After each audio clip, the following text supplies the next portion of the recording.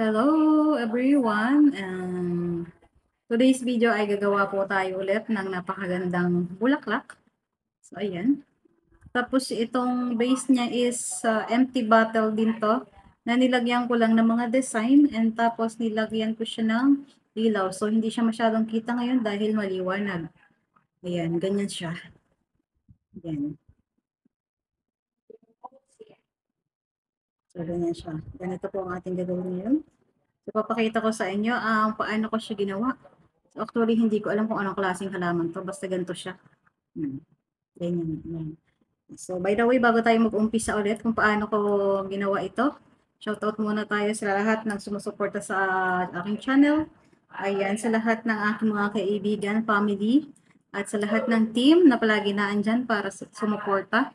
Ayan, especially Team Good Vibes, and Suino family, and my Jupiter family, and to all na hindi ko nabanggit. Yan, maraming salamat sa inyong patuloy na suporta sa akin. So, let's go! Let's start! Samahan niyo akong gumawa ulit ng panibagong bulaklak. Ang ating mga materials na gagamitin ay, syempre, unang-una dyan ay ito, wire. Depende sa inyo kung anong gusto kulay, kung may gold or silver. Syempre, stocking pa din. Sinulid. And ito, may ganito ako. Tapos meron tayong gunting.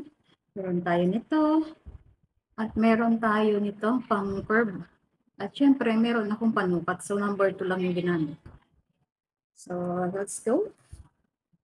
Kakailanganin lang natin ay gumawa muna ng ganito.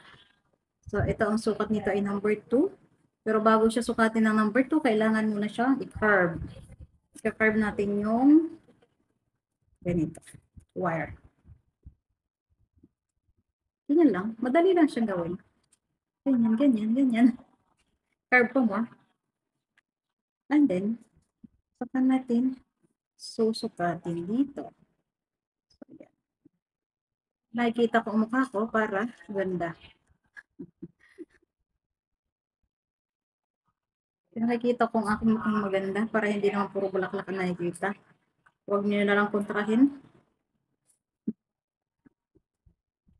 So, ayan. Buo na siya. And then, para siya ay lagyan ng tabi natin ng wire, baka tayo ay madali. Tayo masundot sa mata. Tapos, gagamit tayo nito. Ito yung stocking. Ayan. So, doble lang yung ginagamit ko. Hindi na ako gumagamit ng napakaraming ano. Yung iba kasi gumagamit ng 4 yapang patong. Depende yan sa inyo kung ilang patong. Siyempre, mas matibay yun, 4 na patong. Ito, 2 lang. Make pulupot this one. And then, make buhol. Ayan. Like this. And then, so dapat pink yung aking gagamitin na sinulid. Pero dahil wala akong pink, ay puti na lang.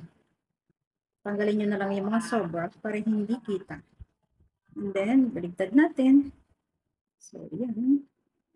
Yan, shoutout sa mga mahihilig sa mga DIY at sa mga mahihilig sa craft.